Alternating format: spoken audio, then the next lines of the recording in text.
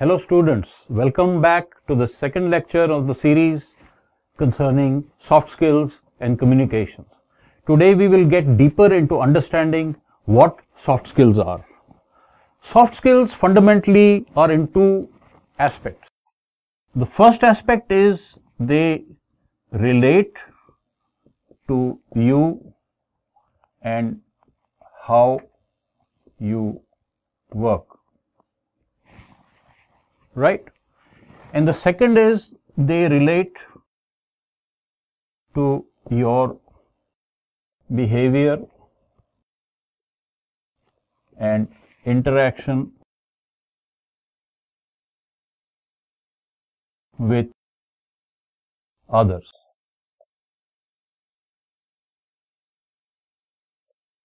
So these two aspects are to you, yourself, and to others.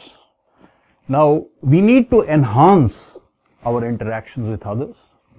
We need to organize and work in a manner which is the best possible manner and the most useful manner where you can get things done quicker and in a better way.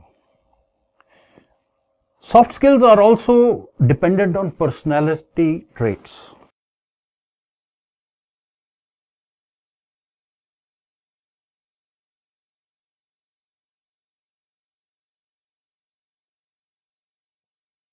What are personality traits? Personality traits are individual to each person. It is an accumulation of things you have learnt over a period of time, and that is how you express yourself. Can relate also to your common sense. They can relate to your habits which you have formed over a period of time, and also how responsible you feel towards working or doing the things you have to do. Also, what is the sense of humor you have? What are the kind of personal ethics you have? Which means, do you believe in fairness?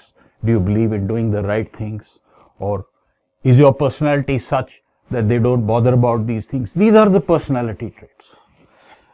Then the second area, this is the traits. The second area which is also important are your abilities. Is there a difference between traits and abilities? Yes. Abilities means things like teamwork, things like leadership qualities in you, communications and negotiations of that type, which basically help you interact with other people. So it may be leadership, it may be teamwork, it may be negotiation, it may be communication. You will notice that the abilities are generally the soft skills which control how you behave with others, and your traits define you how well you are organized and how you work. We will pick up a few of the key soft skill abilities and go into deeper detail.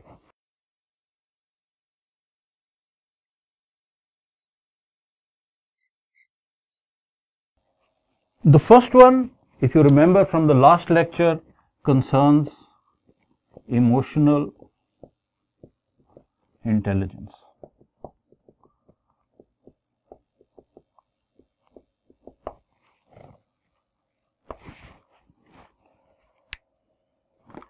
Now, primarily emotions relate to feelings.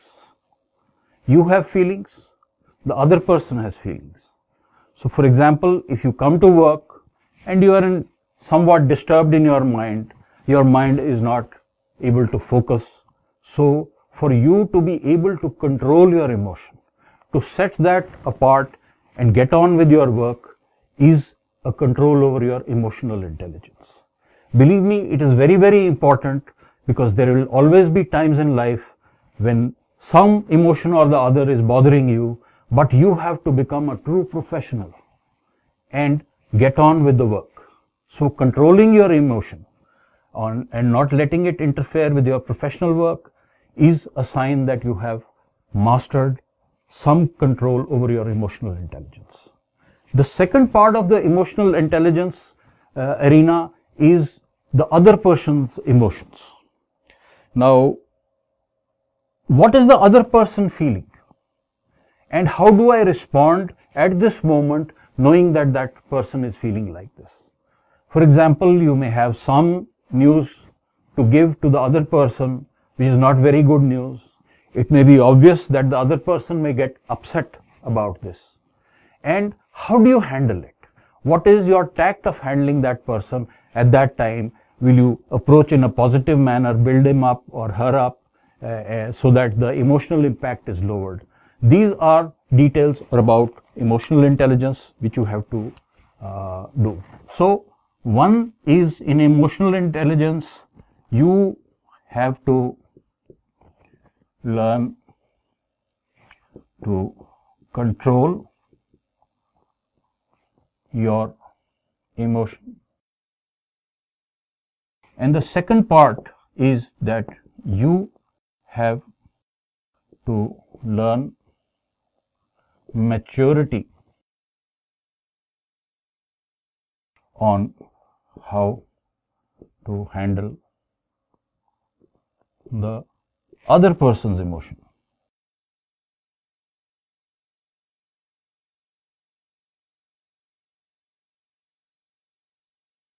Obviously, there are two things. One is that you have to be observant about the other person and you have to be aware on your own feelings. How does it get mastered? It gets mastered by practice. Let me give you a tip. When you go back and if the next time you're feeling slightly upset, sad or upset about something, stop yourself and say that I will not let this interfere with what I have to do, and find out how your own self reacts. When you're starting, it always looks very difficult, but try it. Also, if you go home sometimes, or if a friend is very upset or a person at home, a parent is upset, do not get reactive. Try and think what that person is saying and why that person is saying what he is saying. This you remember, why is he saying what he or she is saying is the key to learn the other person's emotion. So that is about emotional intelligence. As you would have understood, it becomes a very, very vital skill as you grow in professional life, as you build better interpersonal relationships. This is the base.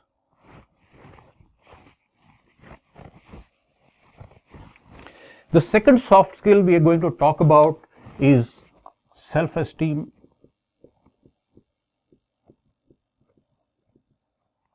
and self-image.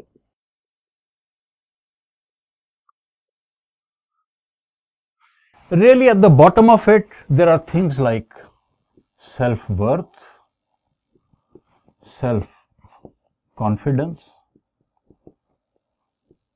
and all these things get into your self-esteem. What you think of yourself. Do you think yourself capable? Do you think yourself incapable?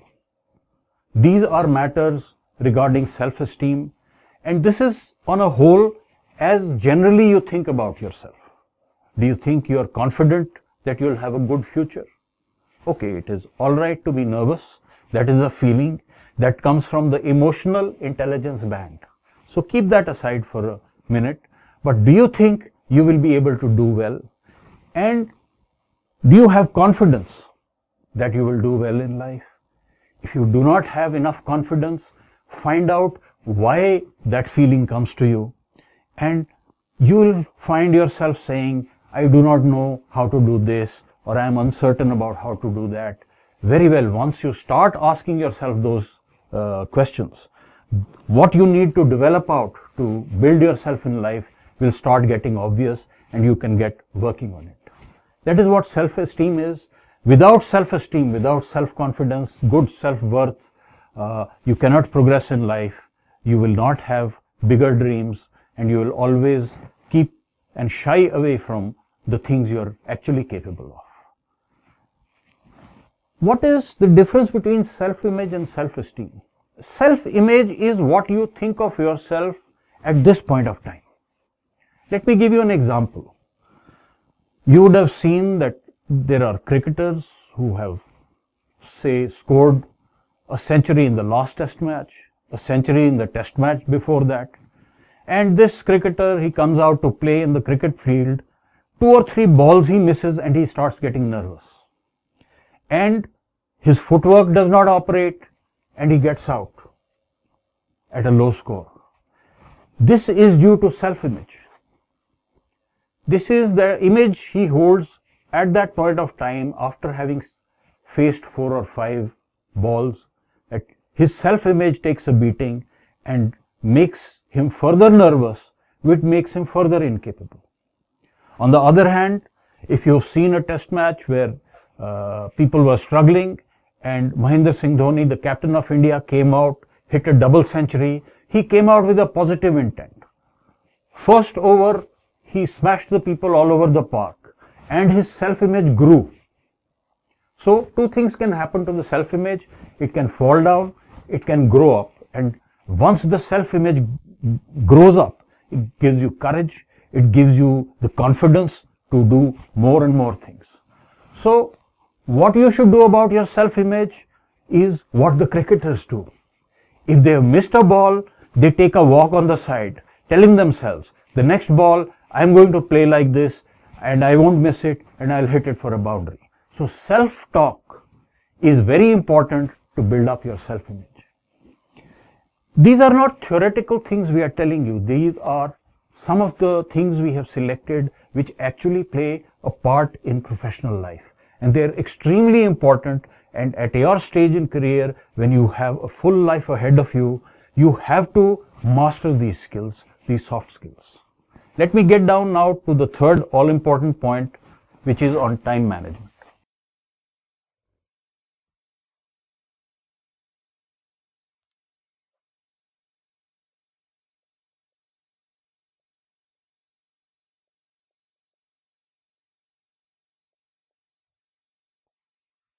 Time management is something which is essential because we are only given a certain period of time. We cannot save it and put it in a bank. It goes away and it's gone. So the more you get out of the time you have available, the more you will be able to be successful in life. Now, time management basically means doing the right thing at the right time.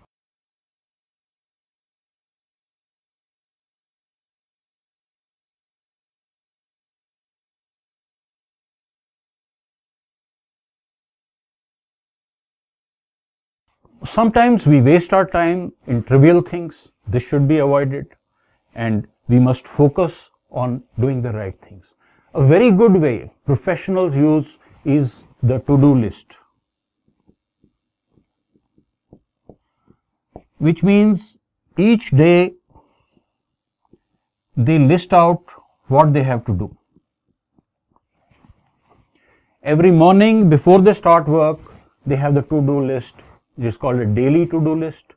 They have it ready, and then they also prioritize this. What does this mean? Getting the most important parts or the most critical parts done first and over with. So when you prioritize, you might say this is first priority, this is second priority, this is third priority, this is the fourth priority, and this is the fifth priority. Why didn't you start by writing a prioritized list? Because each time you got an idea, you added to the list, and they were not necessarily in priority. Now in time management, one of the important things is to follow this simple but very, very powerful tool of a to-do list. Every evening or next morning, review this list so that you know what has been done and what new things needed to be done. And also important, every week, on one day of the week, you build your to-do list for the next week. What will I do? Can I do this on Monday? No, Monday I have a meeting I'll do it on Tuesday. So you kind of populate the next week's calendar with intended to-do items, and in a similar manner, you can always do a month scan at the end of the month, review the month before you, see what you did well, see what you could have done better, figure out how you could have done it better, and then focus on what you have to accomplish next month. How will you know what to accomplish? In professional life, you will have targets, you will have deadlines, you will be told this needs to be completed. So don't worry about them. The important thing is to follow the to-do list on a daily, a weekly, and a monthly basis. Form the list, prioritize it, and review it.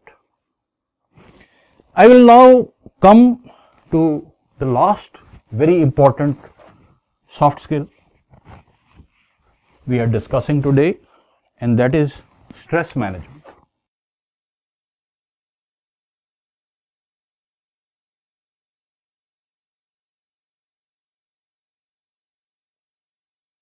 There are always pressures in life, whether they come from your external environment, people around you, or the office, or from within yourself. There will always be pressures. There will be pressures of time deadlines. There will be pressures to deliver. There will be pressures on you to perform a certain quality of work. So stress is normal in a sense. But once this gets piled up, once you allow it to grow and grow by not tackling things which happen, it can become dangerous. And if stress levels grow, then your performance goes down because your mind gets preoccupied and blocked. Now, this can cause illness at times. It can cause exhaustion. As I said, it can come from any direction: the family, the society, the environment, from your own self, your own psychological makeup, that of your mind. It could come from your expectations of yourself and how you handle multiple things which you are given to do at a given point of time. Now, a good way to handle stress is to take a break.